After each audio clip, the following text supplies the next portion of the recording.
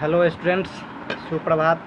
हम डॉक्टर कमलेश माझी, सहायक प्राचार्य मैथिली, SJS कॉलेज बाथो बेनीपुर दरभंगा। हम ऐसे पिछला कक्षा में शास्त्री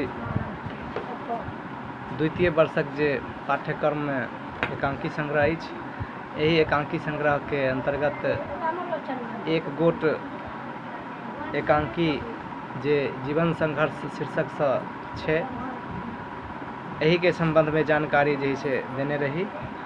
आ में जे छे चिरंजीवी झा और डोमना के बीच जे वार्तालाप होइ छे, ओइ के बाद तेसर पात्र जे एकटा आन्हर रहे छे, ओ आन्हर के जे छे प्रवेश होइ छे। आन्हर जे से कविता के कह के ओ जे से हुनकर दृश्य खत्म भ जाय छे। चार चार पाँती के जे छे पद कह के ओ जे से हुनकर खत्म भ जाय छे। जेना कि गबैत एकटा आन्हर आबै छथिन और कहै छथिन, आन्हर हम नहीं, ज्योति हमर देखै, ज्योति अपन देखै छी, छाया के नहीं, असले रूप देखै छी, सब अछि नहीं, सब अछि के नहीं, हमरा यही जग में, दंड जखन अछि हाथ अंध के यही जग में।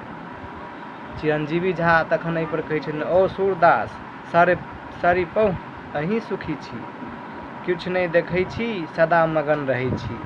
पुनः आन्हर जे छै कहै छथिन, भगवान भगवान मगन वएह अछि, नगन रहै अछि जे केओ, मगन वएह अछि धैर्य राखि के जे केओ, दुख के सुख केर पूर्ण रूप मानै अछि, सुख के दुख केर बीज रूप जानै अछि। गबैत चल जाइत अछि।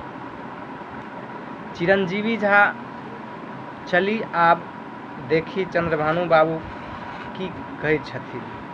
चलबाक उपक्रम करैत अछि।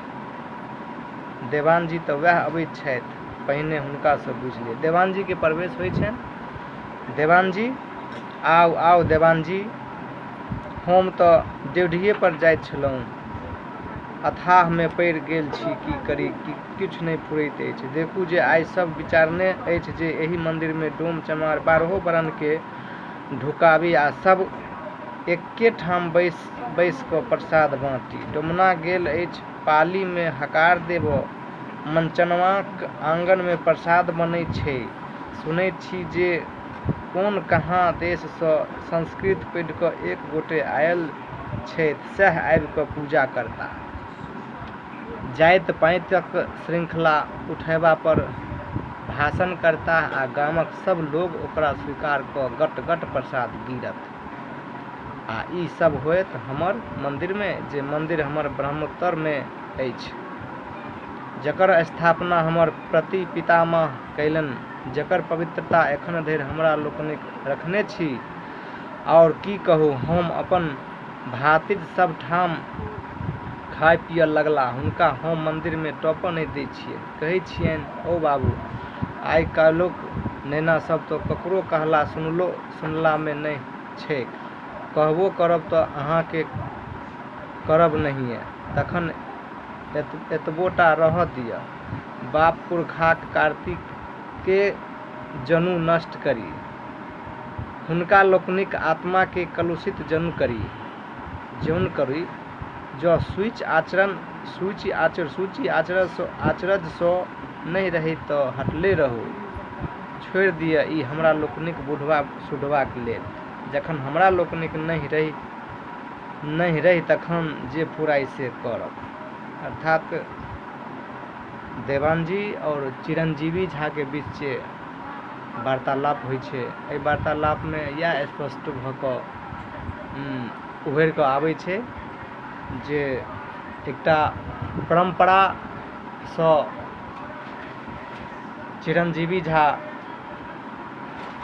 ओहि मंदिर के रख रखाव, सौंदर्य कार्य, पूजा पाठ सबटा केलखिन। या हुनका हिसाबे जे 12 वर्ण छै, ओहिमे सब वर्ण के जे छै पूजा पाठ करऽ से वंचित केने छथिन। तैं हुनका जे है से एहिमे कने बुझा रहल छनि जे परम्परासँ हमर गार्जियन, हमर पिता प्रति पितामह सब एहि मन्दिरके जे छै बनौलखिन या पवित्रताके सदैव रखलखिन या आइ 12 बरन जे है से विचार कऽ एहि मन्दिरमे पूजा पाठ जैसे करता से केना हेतै। एहि पर जे है से देवान जी और चिरंजीवी झा के बीच वार्तालाप होइ छै, गप होइ छै। एही तरह हम एही कथा के एतै जे है से समाप्त कर रहल छी। हम अगला कक्षा में पुनः उपस्थित भऽ कऽ एकर आगे जे छै हम पूर्ण करब। धन्यवाद।